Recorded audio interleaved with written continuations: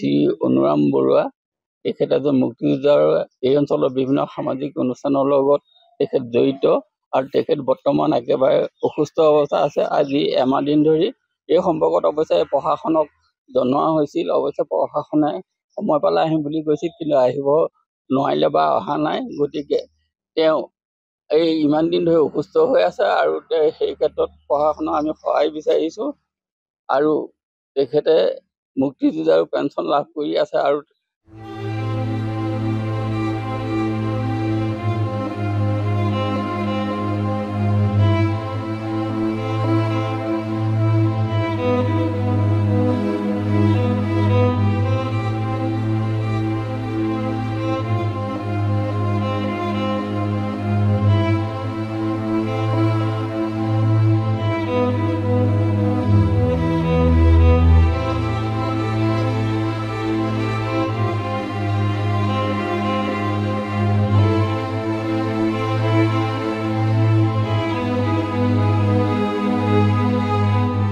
শ্ৰী অনুৰাম বৰুৱা তেখেত এজন মুক্তিযোদ্ধাৰ এই অঞ্চলৰ বিভিন্ন সামাজিক অনুষ্ঠানৰ লগত তেখেত জড়িত আৰু তেখেত বৰ্তমান একেবাৰে অসুস্থ অৱস্থা আছে। আজি এমাহ দিন ধৰি এই সম্পৰ্কত অৱশ্যে প্ৰশাসনক জনোৱা হৈছিল। অৱশ্যে প্ৰশাসনে সময় পালে আহিম বুলি কৈছিল, কিন্তু আহিব নোৱাৰিলে বা অহা নাই। গতিকে তেওঁ এই ইমান দিন ধৰি অসুস্থ হৈ আছে আৰু সেই ক্ষেত্ৰত প্ৰশাসনক আমি সহায় বিচাৰিছো আৰু তেখেতে মুক্তিযোদ্ধাৰ পেঞ্চন লাভ কৰি আছে আৰু